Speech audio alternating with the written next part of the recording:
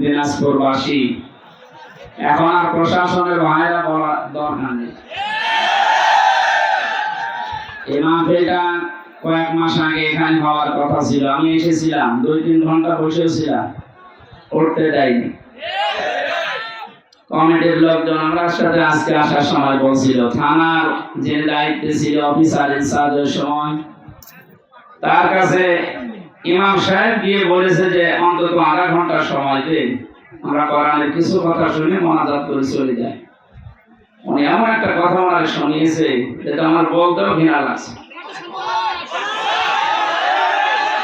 ওরা মুখ দিয়ে বলার কথা না, ওই লোকটার মানে জন্মের ঠিক নেই। আমরা ওই কথা বলতে পারি? ওই ইমাম সাহেবকেও যদি 1-2টা গালি দিয়ে তাড়িয়ে দিত তাও মেনে নিতাম। ওর বউকে তুলে গালি দিয়েছ তো তোর স্ত্রীর ওই জায়গায় মাফে ঢুকিয়ে দেবো। কি অবস্থায় ছিলাম বলতো আমরা। আর জালেমরা দাবি করতো যে আমরা স্বাধীন। স্বাধীন তো ছিল জালেমরা। এদেশের মুসলমান যারা আমরা সব ছিলাম পরাধীন। যে কথাটা বললাম এটা কি মুখ দিয়ে বলার মতো কথা? আমার এই রিমান্ডের মাঠে নিচে নিয়ে এই কথা জানিয়েছিল, যা বলছি যদি না বলিস তোর বউ তুলে নিয়ে আনবো। এরকম কথা আমারও বলছে। আমরা আরো নিকৃষ্ট কথা বলেছি, ওগুলো তো বলার মতো না। এই জন্য বলছি যে অবস্থায় ছিলাম, বিশাল একটা পাথর আল্লাহ বুকের উপর থেকে সরিয়ে দিয়েছে। উনি বলছিলেন না, ওয়ালা সাউফা ইউতিকা রাব্বুকা ফাতারদা, হে নবী আপনি বহু কষ্ট পেয়েছেন, অতি শীঘ্রই আপনাকে এমন কিছু দেব যাতে আপনি খুশি না হয়ে পারবেন না। আমার মনে হয় আয়াতটা এই বাংলাদেশের দরকার 100 ভাগ কার্যকর। সত্যি আল্লাহ এমন কিছু দিয়েছে, এদেশের ইমানদার যারা, মুসলমান যারা, মানবতার পক্ষের লোক যারা, এরা এত খুশি। কিছু মানুষ আছে তারা নারাজ হয়েছে, তারা জালেম, তারা কি ঘটনা পড়ছিলাম আজকে কয়েকদিন আগেও, এটা আমি শিক্ষার জন্য বলেছি, আজকে একটু নতুন ভাবে পড়লাম। হোস্টেলে 100 জন ছাত্র খাবার খায়, সকালবেলা প্রতিদিন তাদের খিচুড়ি দেওয়া হয়। 20 জন বলছে ঠিক আছে, যে খাবার চলছে এটা চলবে। 80 জন বলছে না, এই খাবার আমরা চাই না। কি চাও? কিছু ছাত্র বলছে আমরা কলা পাউরুটি চাই, কেউ বলছে আমরা রোল চাই, কেউ বলছে আমরা সিড়া চাই। এইভাবে তো হবে না। হোস্টেল ম্যানেজার ডাক দিয়ে বলে একটা ভোট দেওয়া হবে, যার পক্ষে ভোট বেশি পড়বে সেই টাকায় থেকে দিয়ে পাস হয়ে যাবে। ভোট দেওয়ার পরে যে আগে যে 20 জন খিচুড়ি খায়, ওরা তো পাল্টাবে না, কারণ মজা তো পেয়ে গেছে। এই 20 জন ভোট এক জায়গায় দিয়েছে। বাকি যারা রোল চায় তারা 18 জন, যারা কলা পাউরুটি চায় তারা 19 জন, যারা চিড়া মুড়ি চায় তারা এরকম 17 জন। এবারে ভাগ ভাগ করতে করতে দেখা গেল 20 যা ছিল ওইটাই পাস হয়ে গেছে। এদিকে লোকজন কতজন বলেন না কেন? আর ওরা কয়জন? এখন কিন্তু বর্তমান এটা চলছে। আগস্টের 5 তারিখের পর থেকে আজকের এই 12 তারিখ, 1 মাস 7 দিনে এখনো পর্যন্ত অনেকের সভাপতির উদয় হচ্ছে না। এরা এখনো পর্যন্ত ওই সেই ছোটখাটো বিষয় নিয়ে এখনো গন্ডগোল মারামারিতে লিপ্ত আছে। এভাবে করতে থাকেন 80 জন আমরা, তারপরও কিন্তু পাস করা যাবে না। ওই 20 জনেই তাদের আগের ওইটাই পাস করে ফেলবে। আমি কি বোঝাতে চাই বুঝেছেন নাকি আন্দাজে? যাতে মাথা ধরে তাহলে ঠিক আছে। এই জন্য আমাদের এই দেশে এখন যে দুর্বিসন্ধি চলছে, বিশেষ করে দাদা বাবুরা কিন্তু চেষ্টা চালাচ্ছে আমরা যেন 80 জন এক জায়গায় হতে না পারি। জেলখানায় আমি 3টা বছর মাওলানা মামুনুল হক আমার পাশে ছিল, মাঝে মাঝে আমার বলতো হামজা, বাইরে থাকতে কি ভাবতাম, আমার ভেতরে এসে কি শুরু হইল। আমরা কি মনে করতাম, আমার বাস্তবতা আসলে কোথায়। আমরা মারামারি করেছি টুপি নিয়ে, কয় কলি টুপি মাথায় দেবো আমি এই নিয়ে, হাত বাঁধবো না, হাত ছেড়ে দেবো, মোনাজাত করবো না, মোনাজাত ছেড়ে দেবো এই নিয়ে গন্ডগোল করি আমরা। আর এখন দেখছি ওরা কোথায় পৌঁছিয়েছে। ওরা সংখ্যায় বেশি না 20 জন, কিন্তু আমরা 80 জন হওয়ার পরেও পালিয়ে পালিয়ে বেড়াই, মার খাই, জেলের ভেতরে শুধু আটক করে রাখে না, সবচাইতে বেশি কষ্ট দিয়েছে এই জালেমেরা আলেমদেরকে। কত মার্ডার মামলার আসামি দেখলাম রাজার হালে ভেতরে খাচ্ছে, ঘুরছে, মাস্তানিও করছে। আর আমরা 76 জন আলেম এক জায়গায় ছিলাম, আমাদেরকে যে কি কষ্ট দিয়েছে, যোগাযোগ বিচ্ছিন্ন। মানবতা বিরোধী অপরাধ বলে ওরা খুঁজে পায় না। ওরা মানবতা বিরোধী অপরাধের বিচার করে, এই আয়না ঘরের সাথে যারা জড়িত সবচাইতে মানবতা বিরোধী অপরাধের সাথে সামিল না এরা। আপনি যে খুঁজে পান না যে কি দোষ আমার। গতকালকে ছেলে নাম নিতে আমার কেমন লাগে না, স্ট্যাটাস দিয়েছে যে দেশের মানুষ আমার মাকে কুকুরের মতো তাড়িয়ে দিল। বাঘের মতো তাড়াবে, কুকুরের মতো তাড়িয়েছে, কপাল ভালো। আর 4.5 থেকে 5 মিনিট হলে কেল্লা ফটো হয়ে যেত। ওটা নিয়ে নুন দিয়ে দুধ দিয়ে ভাত খাওয়ার কথা বলতো না মাঝে মাঝে। কয়েক জায়গায় আগুন লাগালে মনে হচ্ছে পড়ে যাবো, অত ভাত দুধ দিয়ে খায় না, এবার আপনি খান। এইখানে সেটাই করেছিলেন, আমাদেরকে যা করেছেন সবচাইতে বড় মানবতা বিরোধী অপরাধ জেলখানার ভেতরে আলেমদের সাথে করা হয়েছে। 7 দিন পর পর সরকারি মোবাইল দেবারে টেলিফোন দিয়ে কথা বলতে দেয়, বাড়িতে যোগাযোগ করেন উকিলদের সাথে। অথচ আমাদের এই 76 জনকে একেবারে বিচ্ছিন্ন, মোবাইল তো নেই। 2 দিন 1 দিন পরে পরে এসে চেকের নামে উল্টা পাল্টা করে এমন কষ্ট দিত। আর অধিকাংশ গুলো অমুসলিম, মুসলমান হলে তো একটু মায়া দয়া পেতাম। সুভাষ চন্দ্র বসু, সুব্রত বালা, আর বাকিগুলোর নাম আমাদের মনে নেই। সেই কয়টা ডিউটিতে পড়তো, অধিকাংশ গুলোই অমুসলিম। ও আলেম আর জালেমের কাছে সমান। ও তো আর হুজুর বোঝে না, খেজুরও বোঝে না, মনে করে সবই এক। টাকা দিলে ভালো, টাকা না দিলে আপনি কালো। এই অবস্থায় যা অত্যাচার চালিয়েছিল, সেজদায় পড়ে পড়ে আলেমরা যখন কাঁদতো, পানিগুলো যায় নামাজের এই জায়গাগুলো শুধু ভেসে না, আল্লাহর আরশ পর্যন্ত কি ভেগেছে। আমার মনে হচ্ছে শুধু ছাত্র জনতার মাধ্যমে আল্লাহ জালেমকে বিদায় করেনি। এই 5 তারিখের আগ পর্যন্ত আল্লাহ আবাবিল পাখির মতো এই পৃথিবীতে বাংলাদেশ এই জায়গায় আল্লাহ ফেরেশতা পাঠিয়েছিল। 16 বছর কম চেষ্টা করে নাই এদেশের মানুষ, এক চুলো নড়াতে পারে না জালেমকে। আল্লাহ পাক বলেন, ইন্নামা নুমলি লাহুম লিয়াজদাদু ইসমা। ওদের পাপের বোঝা যখন পরিপূর্ণ হয়ে যায়, ওয়ালাহুম আযাবুম মুহিন, তখন ওদেরকে অপমানজনক শাস্তি দিয়ে ঘিরে ফেলি। এই আয়াতটাতে কত বাস্তব এর প্রমাণ কালামানি। ওর বিসি পর্যন্ত উড়ে গেছে, নে বা সংসার কর। তো তাদের তালিকা করেছিলেন না আলেমদের 116 জনের, তার ভেতরে আমার নামও ছিল। আমার মনে হয় এখন আমরা যে অবস্থায় আছি, আমরা এখন এই সালেমদের তালিকা করব। বাংলাদেশের 560টার উপরে থানা আছে, প্রত্যেক থানায় জালেমদের তালিকা টাঙিয়ে টাঙিয়ে রাখা লাগবে, যেন কোনো জালেম কিয়ামতের আগে দেশে আসতে না পারে। বিশেষ করে আপনাদের এখানে যিনি মানবতার বন্ধু নামে পরিচিত, কিসের বন্ধু, মানবতার শত্রু এটা।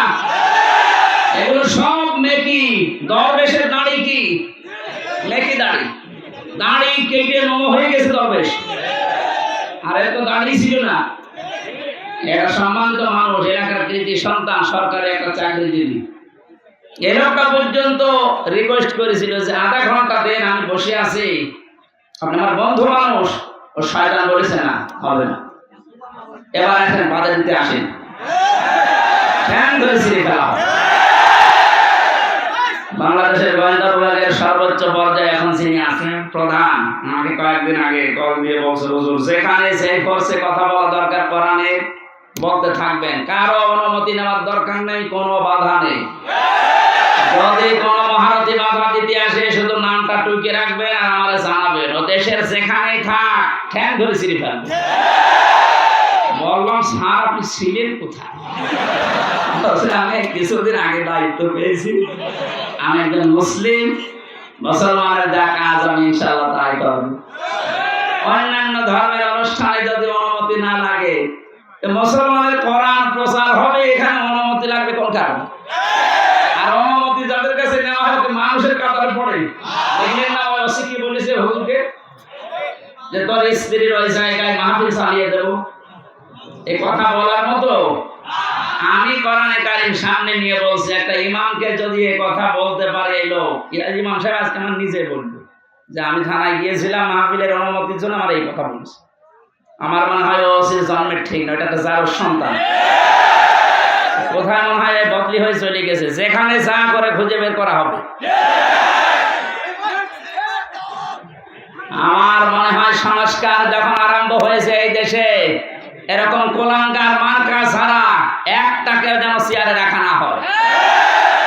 আমরা যেন সকাল আসতে আসতে শুনি এরকম দালাল ছাড়া, কোলাঙ্গার ছাড়া এদেরকে কুকুরের মতো এভাবে তাড়িয়ে দেয়। নিজেরাই বলছে যে আমার মাকে দেশের মানুষ কুকুরের মতো তাড়িয়ে দিল। আপনার অনুসারী যারা আছে তাদেরকে কুকুরের মতো দেশের জনগণ তাড়িয়ে দেবে। কারণ এদেশে আপনি যাই করেন কোরআনের বিরুদ্ধে যে টিকে থাকতে পারবেন না। এটা না, আগামীতে যারা আসবেন সে যে আসবে তাদেরকেও যেন সতর্ক থাকা লাগে, বা তারা যেন সতর্ক থাকে যে কোরআনের বিরুদ্ধে অবস্থান নিলে কিন্তু তার কপালে জালেমের মতো পড়বে। আল্লাহ সাওফা ইয়াতিকা রাব্বুকা ফাতারদা, হে নবী অতি শীঘ্রই আপনাকে আমি এমন কিছু দেব, দেখাবো, আপনি খুশি না হয়ে পারবেন না।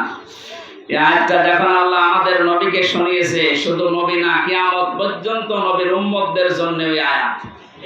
সুতরাং আমরা খুশি না বেজার? বলেন। এখন আবার অনুমতি লাগবে নাকি? কার কাছে অনুমতি লাগবে? আসেন আপনি। কালকে আমার দিনের বেলা ছিল যশোর বেনাপোলে, রাতে ছিল সাতক্ষীরায়। ওসি সাহেব এসে বলছে, হুজুর আপনার সাথে একটু খাবার খাবো। কেন? গত বছর আপনাকে আমি আসতে দেয়নি, এই জন্য মাপ চাবো। কিসের মাপ? আপনি আবার রাগ করেন না, আমার হাত বাঁধা ছিল। কয়েকদিন আগে আমার মামলা যা ছিল সব আদালত ঢিসমিস করে দিয়েছে, সব খারিজ, বেকসুর খালাস, কোনো দোষ পাইনি এরা 3টা বছরে। আমি মনে হয় যে বলতে গেলাম যে আদালত 3টা বছর তো মামলা আপনার কাছে আসতো, তখন তো বললেন না যে না কোনো কিছু পাচ্ছি না, মামলার বিচার করব কি দিয়ে। এখন বলছে যে কোনো মাল নেই, কি দিয়ে বিচার করব। এতদিন বললেন না, মানে লাজবাব, কিছু বলতে পারতো না। এই কথা বলতো যে হুজুর আমার হাত বাঁধা ছিল। কি বলতো? আমরা চাই ওনার যেমন এখন হাত খোলা। এদেশে 1628টা চেয়ার আছে, মেন জায়গা যারা চালায়, এর 1627টা চেয়ার সব ছিল হাত বাঁধা, একটা চেয়ার শুধু হাত খোলা ছিল। কথা বলছেন? কালকে ওসি সাহেব ওইটাই আমরা জানিয়েছে যে আমরা যাই করে আমাদের হাত বাঁধা ছিল, কিচ্ছু করার নেই, খালি একটা হাত খোলা ছিল। আপনি কি মনে করছেন খাওয়া কাকু এরকম ফটফট করে ওর হাত খোলা? না, ওর হাত বাঁধা। ওরা যা বলতে বলে খাওয়া তাই বলে। আর বাকিগুলোর নাম নিতে আমার ঘৃণা লাগে, ওগুলো মানুষের ভেতরে পড়ে না। সুতরাং আমরা বৈষম্য বিরোধী ছাত্র আন্দোলনের মাধ্যমে যে স্বাধীনতা পেয়েছি, 9 দফা দাবি। কয় দফা? এর একটা ছিল যে আমরা কারো হাত বেঁধে রাখতে চাই না, সব হাত থাকবে খোলা। গতকালকে ডক্টর মোহাম্মদ ইউনূসের ভাষণ শোনেননি? কোনো হাত বাঁধা থাকবে না, সব হাত থাকবে কি? আমরা হাত খোলা থাকতে চাই। তাহলে ন্যায় বিচার কায়েম হবে ইনশাআল্লাহ। আর 100% ন্যায় বিচার কায়েমের জন্য এটা লাগবে, তাছাড়া সম্ভব না। প্রশ্ন আসতে পারে তাহলে উন্নত বিশ্বের যে সমস্ত দেশগুলো আছে ওখানে তো এটা কায়েম নেই, ন্যায় বিচারের না, ন্যায় বিচার নেই। আমি কয়েকদিন আগেও সিঙ্গাপুর, মালয়েশিয়া, থাইল্যান্ড সহ বহু দেশে ঘুরে আসলাম, কিচ্ছু পাইনি। হ্যাঁ, ওখানে নিয়ম নীতি ঠিক আছে, যেহেতু কোরআনে কারিমের বিচার ব্যবস্থা চালু নেই, এই জন্য অনেকের ওপরে ওখানে অবিচার হচ্ছে। এই জন্য অবিচার মুক্ত করার জন্য, ন্যায় বিচার কায়েম করার জন্য এর বিকল্প দুনিয়ায় কিছু নেই, থাকতেও পারে না। এইটা দিয়ে যদি কেউ বিচার ফয়সালা না করে, আল্লাহর ভাষায় সে কাফের, সে জালেম, সে ফাসিক। আমরা যারা জালেম হয়ে, কাফের হয়ে, ফাসিক হয়ে মরতে চাই, তাহলে এইটার বিচার ব্যবস্থা কায়েম করা লাগবে না? আমার হাকামা বিহি আদালা, যারা এটা দিয়ে বিচার করে তারা ন্যায় বিচার কায়েম করতে পারে। আরে ভাই 53 বছর তো আপনি দেখলেন যে কেমন লাগে দেশটা।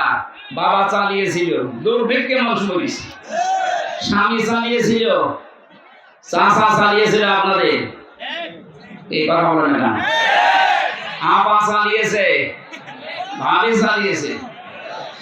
কাঙ্ক্ষিত মানে শান্তি আমরা দেখতে পাইনি, আর পাওয়া সম্ভব না। এখন শুধু দেখতে বাকি আছে আল্লাহর এই কোরআন দিয়ে 56,000 বর্গ মাইল চললে কেমন দেখা যায়। এটা দেখতে চান তারা দেখি।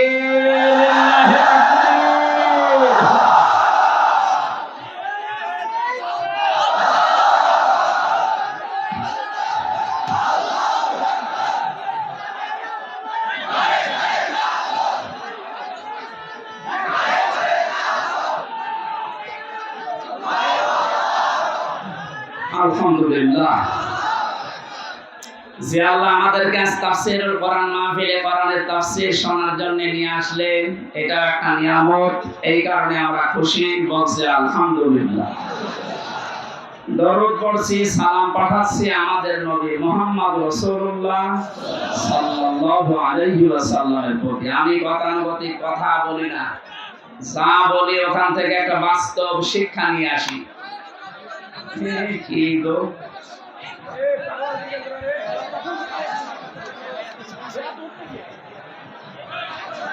মনে হয় রংপুর বিভাগের মানুষেরা না, এরা মনে হয় রাজশাহী বিভাগের।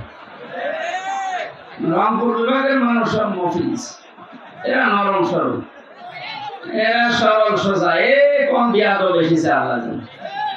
এটাকে তোরা জিজ্ঞাসা করেন তো কোন জেলায় বাড়ি, ধরেন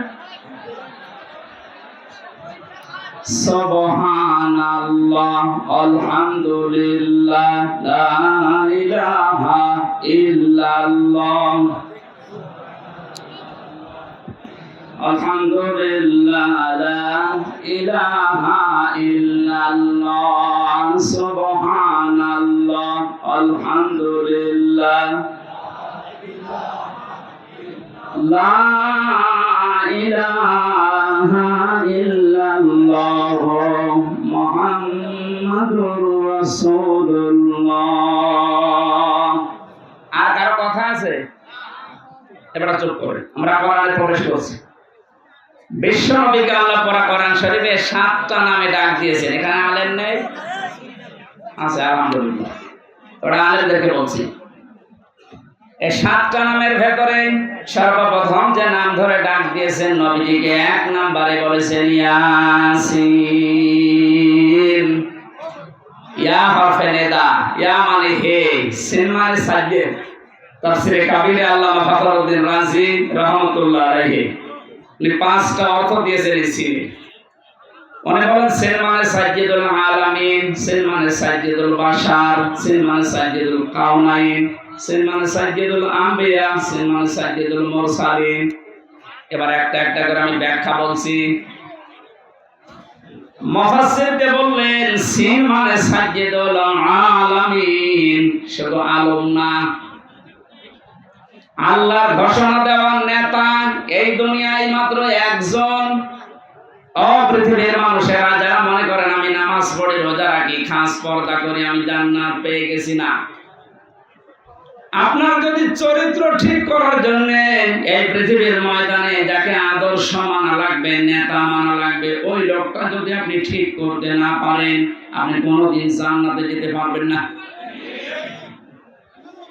এটা যদি শুধু দুনিয়ার বিষয় হতো, কসম খোদা আমি বলতাম না এটা সরাসরি সম্পর্কিত আল্লাহ আখিরাতের সাথে। এবার আপনি মিলাবেন, শুধুমাত্র আলম যদি আল্লাহ দিতেন, তাহলে পৃথিবীর 228টার উপরে এখন রাষ্ট্র আছে, স্বাধীন পরাধীন মিলে। যে কোনো রাষ্ট্রে আপনি বসবাস করে যদি বলতেন না আমি পৃথিবীতে থাকবো না, আমি চলে যাবো মঙ্গল গ্রহে, আমি চলে যাবো চাঁদের দেশে, তাহলে ওটা তো আলাদা জগৎ। ওই জায়গায় গেলে যদি বিশ্ব নবীকে আপনি না মানতেন, আদর্শ হিসাবে, নেতা হিসাবে, সামনে রাখা হিসাবে, তাহলে আপনি জান্নাত পেয়ে যেতেন। যেহেতু আলামিন বহু বচন দেওয়ার কারণে আপনি যেখানেই যান না কেন ওই জগতের একচ্ছত্র মালিকানা কার? ওখানে যে আল্লাহর বিধিবিধান নাযিল হয় তার প্রমাণ সূরা তালাক, ইয়াতানাজ্জালুল আমরু বাইনাহুন্না ইলা আখির আয়া। আল্লাহ পাক বলেন প্রতিটি জগতে আমি আল্লাহর বিধিবিধান নাযিল হচ্ছে ওই জায়গার সৃষ্টি দেখে। সুতরাং কেউ যদি মঙ্গল গ্রহে যে ঘর বাড়ি বানিয়ে বাস করতে চায়, সেখানেও নামাজ রোজা যেমন করবে, বিশ্ব নবীকে আদর্শ মানতে হবে ঠিক এইরকম ফরজ। আল্লাহর ঘোষণা দেওয়ার নেতা একজন মাত্র, মুহাম্মাদুর রাসূলুল্লাহ। এবার আসেন আমি আখিরাতের কথা কেন বললাম। বিচার ব্যবস্থা আল্লাহ যখন আরম্ভ করবে, প্রথম ধাপে আল্লাহ মানুষকে ডাকবে একা একা, কেউ থাকবেন আপনার সাথে। অকুল্লুহুম আতিহি ইয়াউমাল কিয়ামাতি ফারদা। আল্লাহ পাক বলেন কিয়ামতে প্রতিটি মানুষকে আমার সামনে আমি দাঁড় করাবো, স্রেফ একা একা, কেউ থাকবে না। এবার আপনি নিজের সাথে মিলিয়ে দেখেন তো, আপনি স্রেফ একা দাঁড়িয়ে আছেন আল্লাহর সামনে, যা জীবন তৈরি করলেন এইটা নিয়ে আল্লাহর সামনে দাঁড়ানো সম্ভব? বলেন না। আমি একা থাকলে আমার মাঝে মাঝে মনে হয়, আল্লাহ তুমি যদি বলো হামজা 2024 সালের আগস্ট মাসের 31 তারিখ পর্যন্ত তোর মাফ করে দিলাম, যা, তোর হিসাব দেওয়া লাগবে না। শুধুমাত্র সেপ্টেম্বরের 12, এই 12টা দিন হিসাব দিয়ে জান্নাতে চলে যা। আমার যা অবস্থা, এই 12 দিনের হিসাব জোগাড় করা এখনো সম্ভব না। আপনারা পারবেন না? আপনারা পারবেন।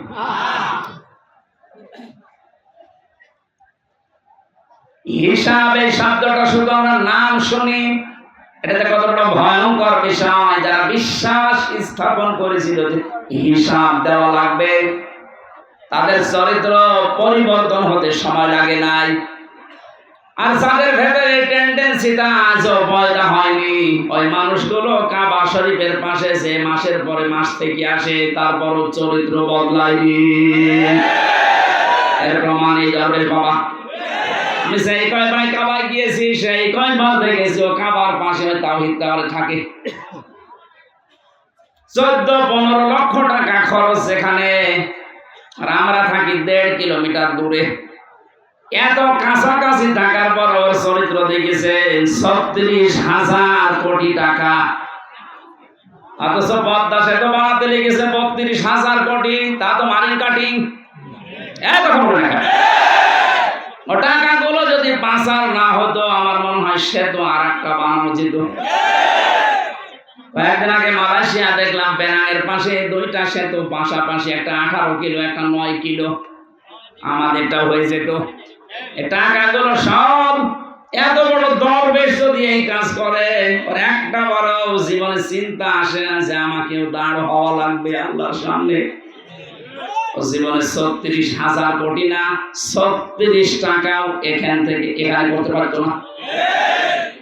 কালকে যশোরের বেনাপোলে যিনি আমার মাহফিলের সভাপতি ছিলেন, বাংলাদেশ জামাত ইসলামের কেন্দ্রীয় কমিটির শোরা সদস্য উনি মাওলানা আজিজুর রহমান। ওনার জীবন চরিত্র শুনলাম আশপাশের মানুষ থেকে। একটা সিম্পল মানুষ, চাকরি করে একটা, সেদিন যেতে না পারে, চাকরির বেতন শেষে যা পায় ওখান থেকে ওই দিনের বেতনটা সরকারের খাতায় জমা দিয়ে দেয়। আপনি আল্লাহর ওলি খুঁজে পান না। আপনি দরবেশ দেখেছেন এত বড় বড় দাড়ি, এটা আল্লাহর ওলি মনে করতেন। আর আল্লাহর ওলি তো এইগুলো দেখেন, সেই কয়দিন উনি ক্লাস করতে পারে নাই, সেই কয়দিনের টাকাও নেয়নি, সরকারকে দিয়ে দিয়েছে। আর সরকারের টাকা, বেসরকারের টাকা সবগুলো আত্মসাৎ করে বিদেশে পাঠিয়েছে। মসজিদের ইমাম যদি বলে আমি ঘুষ খাই না, পরে ঘুষ দেবে কে? ওসি যদি বলে, এসপি যদি বলে আমি ঘুষ খাই না, ওটা আল্লাহর ওলি। কথা বলে না কেন? যে লোকটা অনেক কিছু করার সম্ভাবনা ছিল তার জীবনে, সব কিছু ছেড়ে দিয়েছে, এত পরিচ্ছন্ন জীবন যাপন করছে, এই মানুষটাকে যদি আপনি দাঁড় করাতে পারেন, সংসদের একটা চেয়ারে এরকম 151 জন বসিয়ে দিতে পারেন, এই দেশটা পৃথিবীর ভেতরে রোল মডেল হয়ে যাবে। এতদিন চোরগুলো বসিয়ে আন্দাজে ধোয়া তুলতো যে এ বিশ্বে আমরা রোল মডেল। কিসের রোল মডেল? চোরে। কিসের?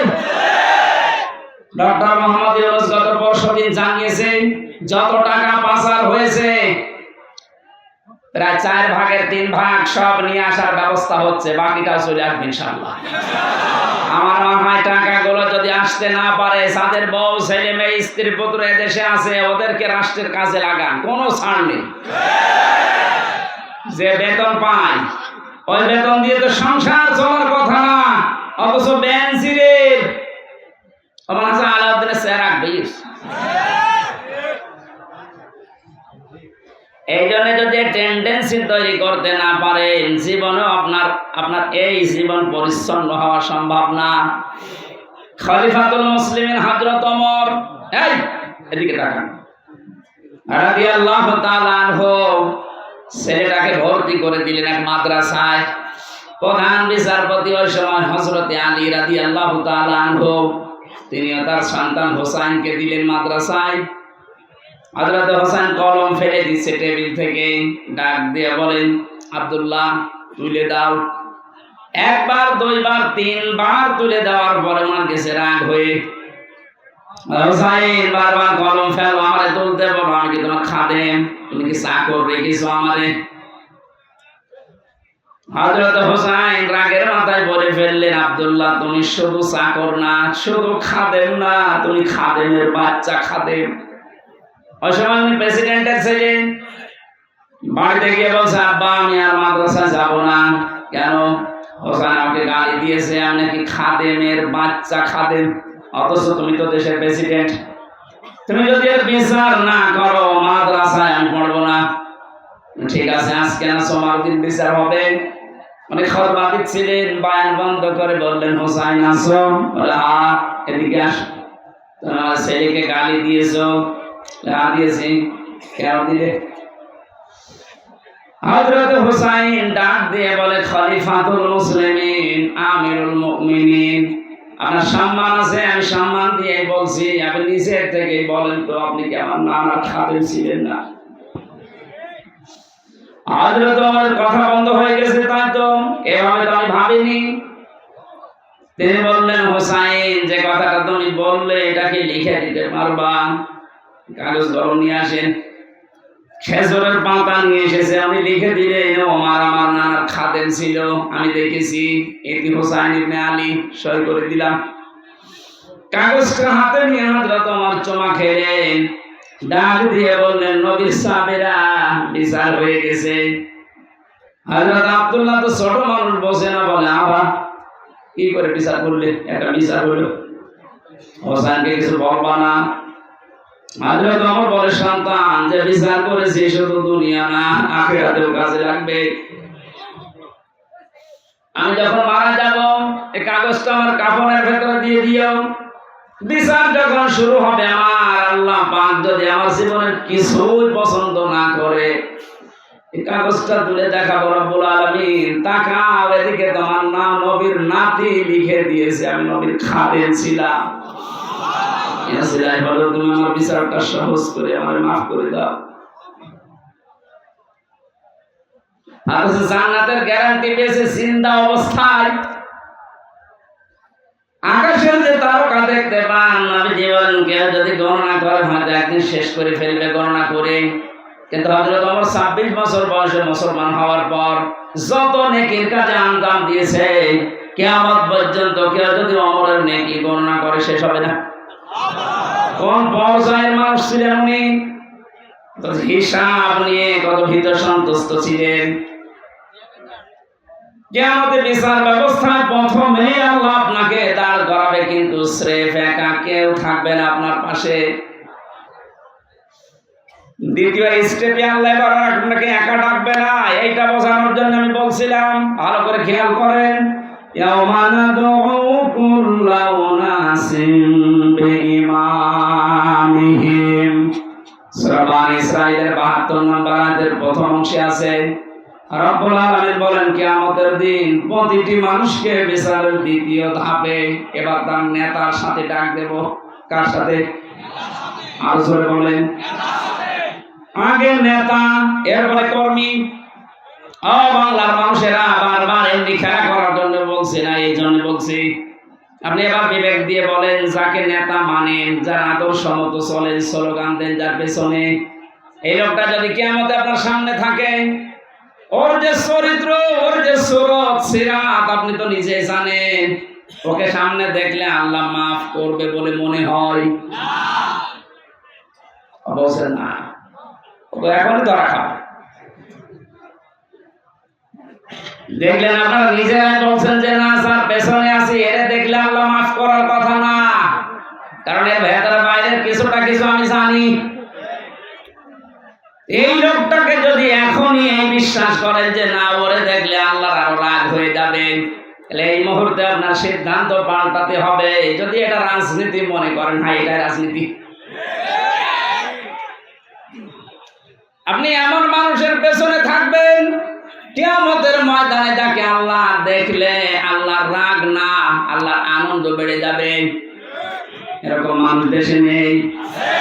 এর দলিল আছে সূরা নিসা ৫ নাম্বার পারা ৬ নাম্বার পৃষ্ঠা ৯ নাম্বার লাইনের ৫৯ নাম্বার আয়াতের প্রথমে আছে এটা আতিউ, এই ফেল, এই ভার্ব, এই ক্রিয়া, এই শব্দটা আল্লাহ নিজের নামে আর রাসূলের নামে রেখেছেন, কিন্তু উলিল আমরের আগে আল্লাহ এই শব্দটা দেননি।